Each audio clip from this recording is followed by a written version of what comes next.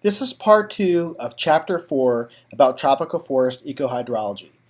In the first part, I tried to place the tropics into the context of the climate zonation of the Earth and look at some studies that presented through-fall interception and stem flow and the effects on infiltration and surface erosion at the scale of an individual tree.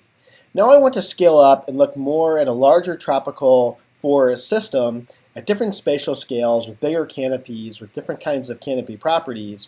And then I also want to look at the effect of disturbances and how disturbance regimes are important in causing turnover and change in tropical setting. Okay, so the first thing we're going to do is look at a study that answers the following set of questions. What are the relative contributions of different components of a tropical forest to the plot scale water balance? So the idea here is when we say like components, we're talking about not just like leaf area index or woody index. Those are at the scale of an individual tree or the difference between flaky bark trees and smooth bark trees.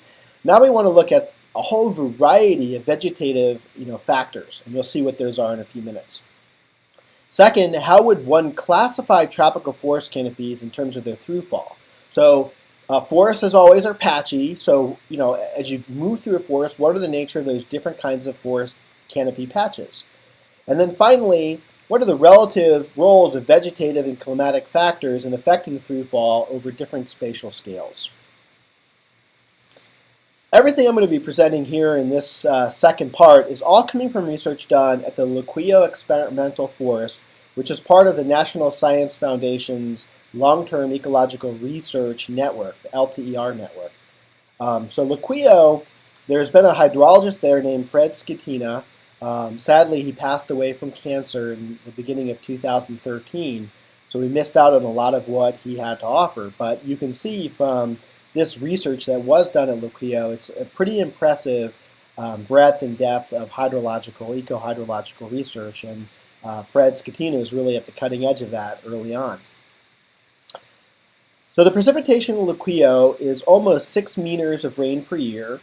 It has the tabanoko tree, but there are many species that are present. And in this case, they looked at transects in 2 watersheds in the forest. So overall, Liquio has a water balance that has a precipitation rate in a particular year, in this case, of about 3.8 meters per year, which, if you multiply that by the area of the watershed, gives you 323 million gallons of water per day. Of that, 2/3 of it runs off, so that means 1/3 is either infiltrating into deep percolation or evaporating away. So not a particularly high rate of evaporation, evapotranspiration.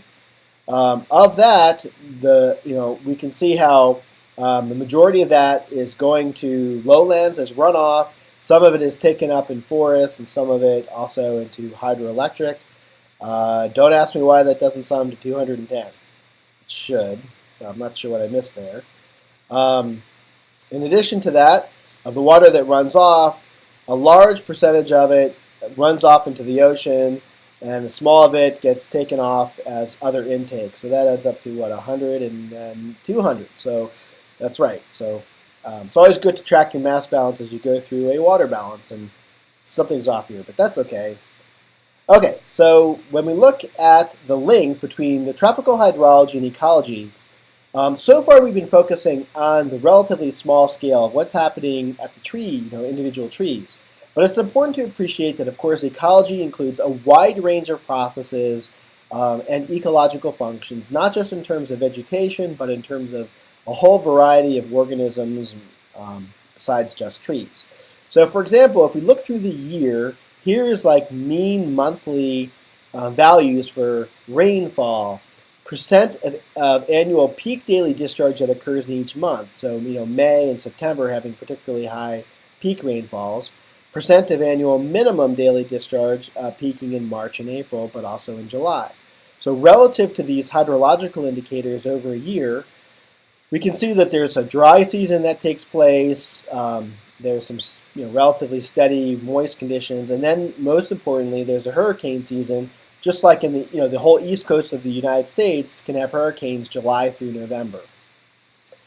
In response to that, we see that the parrots have a nesting period, a nesting egg-laying fledgling period that is dominant in that dry season. They don't want to do that during hurricanes. There's a reestablishment of submerged aquatics, but then storms and hurricanes removed submerged aquatic vegetation. So you can see that there's a seasonality here. Each species is tuned to a different part of the hydrological cycle. So this is one of the few times when I'm going to be illustrating that overall dynamic beyond just thinking about vegetation in this class. Okay, so getting back to throughfall and what are the vegetative controls on throughfall, they measured the different hydrological fluxes using, in this case, a very novel approach. So when you have a very dense tropical forest, how do you know what the gross precipitation is? Most of the other studies that we've looked at measured gross precipitation in open areas a little bit away from the canopy. Here they took a novel approach. What they did is they kept their jugs on the floor and then ran tubes all the way up to the top of the canopy and put funnels at the top of the canopy so they actually could collect the water that's right above the canopy without having to have an opening in the canopy. So I always like it when you see novel and really inexpensive methods, things that you only, you just need a grocery store and maybe a hardware store and you can put this together. So throughfall was measured the same way with the same jugs and funnels, but just uniformly spaced along randomly located transects in the forest with some additional sites. Stem flow, again, the same kind of jugs, but using our plastic collar technique that we've seen before. Now the novel thing here is really the vegetative components on the right. So these vegetative measurements include percent open area in the canopy, so looking up using a spherical densitometer to measure the canopy openings. The number and type of vegetative strata, so strata means the vertical layers down through the canopy, how many vertical layers and what types are they. The number of branches that intersect a 1 square meter column, so that's like essentially a measure of branching density, because it's a stem density per unit area of the ground, leaf area index, the leaf water storage by submergence and reweighing, so that's similar to the bark method I showed you from the Australian study. And then the total canopy storage is leaf storage times canopy area. Now notice that this is not including a woody component, it's focusing on the leafy component. So that could be a little bit of a poor choice. But okay, so the results were that they measured these on a weekly basis with these jugs, and they found that there could be widely varying throughfall from site to site as well as through time, where throughfall could be anywhere from 0 to 81% of gross precipitation. But once you average that to monthly, it focuses in much more tightly on about 48 to 68%, and then the mean annual 58%. It's interesting to see that there was no throughfall at all when the gross precipitation was less than about half a millimeter per hour. So that happens because the canopy can fully absorb that water and evaporate it away. They also measured that the canopy storage average was 0.82 millimeters, which ranged from 0.08 to 1.3 millimeters of water. Stem flow was greatest on smooth bark trees, no surprise there. And then vines or other things on the trunk would increase trunk storage. So the main result here is the variability in throughfall from week to week. Now what explains that? That's where we turn to these vegetative factors. And what they found is among all the different storms, if you looked at what was controlling the differences, they found that 81% of the variability in throughfall could be explained by 4 factors. Percent canopy cover, so the more canopy you have, the less throughfall. Branching, so the more branching you have, similarly the less throughfall. Canopy stratification, and span density. So this is the first of these studies that I've shown you that illustrates how you can look more comprehensively at a variety of vegetative factors and see how they affect the water balance. To put this study into the context of the history of the literature, it's not a great plot, but it does have a lot of references if you ever need to look it up. So going from a total precipitation of 0 to 100% and looking at the amount of throughfall, there are different species from herbs, mahogany, palms, they have the black bars indicate the range of throughfall as a percent of total precipitation for these different species. And so the main thing here is if you want to know more about different species, then you can look up all these different references. The next thing that Scatina's crew did is they classified the canopy on the basis of the structure of that, which would indicate something about the function and location. So for example, you could have large recent gaps, that those would have a very high amount of throughfall. And I'm not going to go through all of these, but riparian, which would also have really large throughfall, but could be located next to a stream. And then you could have a closed canopy, number of strata more than 5, very high branching index, low canopy area index, and a really, really small throughfall. So this just shows that you can take all the information you have on the structure of the canopy and the throughfall and the geographic positioning of the forest and come up with a good classification system to explain the eco-hydrological nature of that system. Okay, so the key conclusions here are that if you look at the plot scale, like a scale of an individual to a few trees, we see that these vegetative factors matter the most. Now, I didn't present much of the results here, but when you look at the regional scale, I mean, look, the fact is there's a very high throughfall rate. And it really doesn't matter where you are in the world, all of the studies have shown that to be the case. At the watershed scale, you have this problem that, the vegetative factors are there and the different kinds of vegetation present, say from tropics to semi-arid to paraglacial. You certainly have that regional difference that's there, but when you get down to an individual watershed, you have a combination of climatic factors that are imposed from the top down and vegetative factors from the bottom up. Now I want to switch gears a little bit. We're still going to be looking at Liquio, but I would like to bring in the topic of disturbance. So disturbance is going to be one of the themes that is going to be carried out through the course, along with the impact of human activities, of which that certainly is one example of a disturbance. But the concept of disturbance, in my experience, is the most misunderstood and misused in all of environmental practice. It's one of my major pet peeves. I have probably a lot of little pet peeves, but one of my major pet peeves is when I'm in a scientific setting and I hear somebody talking about human disturbance and they conflate it with natural disturbance when they're usually quite different. Now let's look at why I think this. So in the left plot, we have a natural disturbance regime. In a natural disturbance regime, you have a disturbance that occurs through time, and then the magnitude of that disturbance is shown on the y-axis. So you can have something happen, and it creates a very big effect, but over a relatively short period of time. The dashed line here represents the threshold for which the disturbance would have a significant impact on the landscape, let's say. So in this case, you can see that we have a really high disturbance, but it again occurs over a relatively short period of time. Then the disturbance ends, and you have variability that's taking place, but no major disturbance. That allows for what's called the recovery time. The recovery time is the time from the end of one disturbance to the onset of the next significant disturbance that goes over the threshold.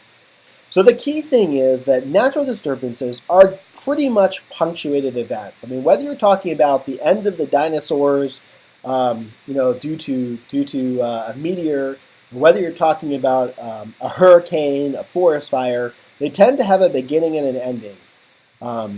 The length of those, can vary, but they generally are punctuated events. Now, in contrast, so far in human history, with modern civilization, when we think about a human disturbance is nothing like a natural disturbance because it's not punctuated.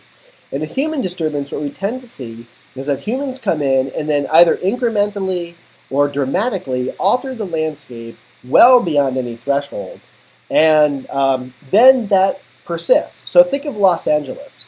Los Angeles was urbanized a lot in the 1930s after the big flood in the middle 30s. Los Angeles River was built by like 1940. And so from 1940 to 2010, huge amount of urbanization that has transformed that into a predominantly petrified landscape, we could say, just concrete everywhere. And that is not something that's easily undone. Now, we're seeing from the example of Detroit, for example, nature can creep back. If humans go away, then maybe it can be punctuated. So maybe I'm not entirely correct. And maybe it's a little arrogant to think that humans will persist forever. But at least as far as the time scales of, like days, weeks, months, years, decades, centuries, we know that humans can persist and create a disturbance unlike the kinds of disturbances that we normally look at in ecology and hydrology.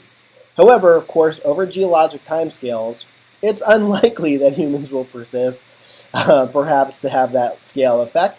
But we certainly know that humans have wiped out vast numbers of species comparable with any other extinction event throughout geological time.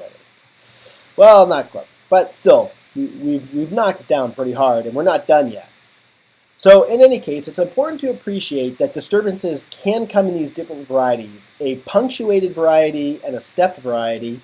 We can't say for sure where humans are, but I think that so far it's stepped, and very commonly I see people talk about them as if they're the same when in fact they're not. And especially at the time scales that we're looking at, like effects on a river or something.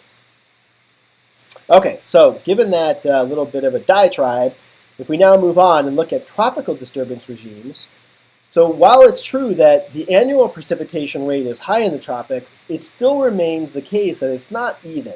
And the disturbances are vastly stronger than that mean annual precipitation. In fact, the tropics have the most types, magnitudes, and frequencies of disturbance for any climate type. It can have the fires associated with drought that you might get in arid, semi-arid areas. It's going to have hurricanes, massive landslides, tree fall, winds, floods. Maybe no glaciers, but in fact, if you go up to high enough altitude and big enough mountain, you can have that too. So the key question here, at this scale of ecohydrology, what are the time scales over which disturbances reoccur, and how does the tropical forest respond to them? So these are other examples of questions in ecohydrology that can be asked in any region, but I'm just illustrating it in a tropical context because of the great data and studies that have been done in Liquio.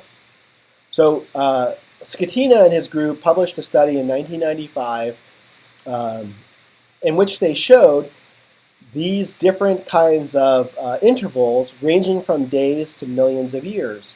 And they did this for two different kinds of events. One is a recovery period. So remember, recovery is the time it takes for the variables associated with a process to return to their long-term average values. And those are shown in black bars. So let's just start with that.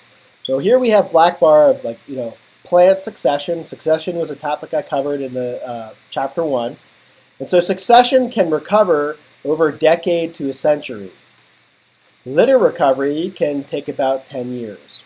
Hydrological, soil pore, and sediment concentration in water, those can all recover over a week to 4 weeks.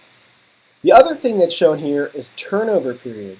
It's a time it takes for a complete mass or volume replacement. So you start off with some amount of something like soil, and it all gets consumed, and then the bedrock has to produce more soil.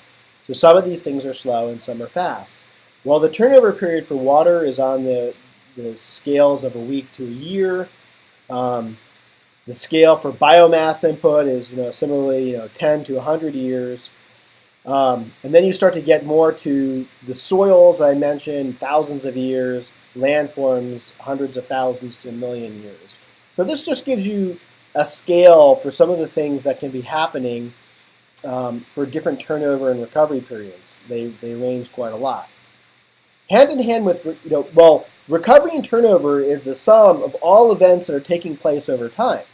But we also have these punctuated events, the disturbances themselves, and hurricanes are one of the really important ones. If you go back to the climate thing that I showed right at the beginning, that climate simulation, you can actually see some of those kinds of events that can affect the East Coast that can really begin starting in July and head through November. So if we look at the mean daily flux of any particular variable, it can be relatively low. If we look at how much happens during a hurricane, no surprise, it's quite a lot. And this, in fact, shows the ratio of the hurricane flux to the mean daily flux. You can see that for the largest events, earth movements, like kind of landslides, you're going to have 4,000 to 7,000 times the daily flux in that one event. We can look at a variety of nutrients and ecological variables, and you can see that they tend to be anywhere from 500 to 2,500 times the daily flux, whereas like water flows and rain and stuff tends to be more in the scale of say 50 to 100 times. And then lastly, if we just look at the ecological impacts of water use, even where you have a lot of water like in the tropics, there still are significant impacts. So water is withdrawn. The process of withdrawing water from its natural source, rivers and lakes, can kill organisms. We're then reducing the volume of water. That then has an effect on the hydrology and hydraulics of the river. We'll talk about that at the end of the quarter more. We'll also see a reduction in water quality because you have less water to dilute the pollution that's there. You can't assimilate as much waste. Your biological oxygen demand goes up and can't be met. You can have a reduction in aquatic habitat, and then that leads to a reduction in the size of individual populations and the diversity of the community of populations that are present. And then from a human perspective, that can also affect recreation and multiple uses. Okay, so that's the end of chapter, this chapter 5? Nope, this is chapter 4, sorry about that. That's the end of chapter 4, and in the next lecture we'll move on to human impacts on forests.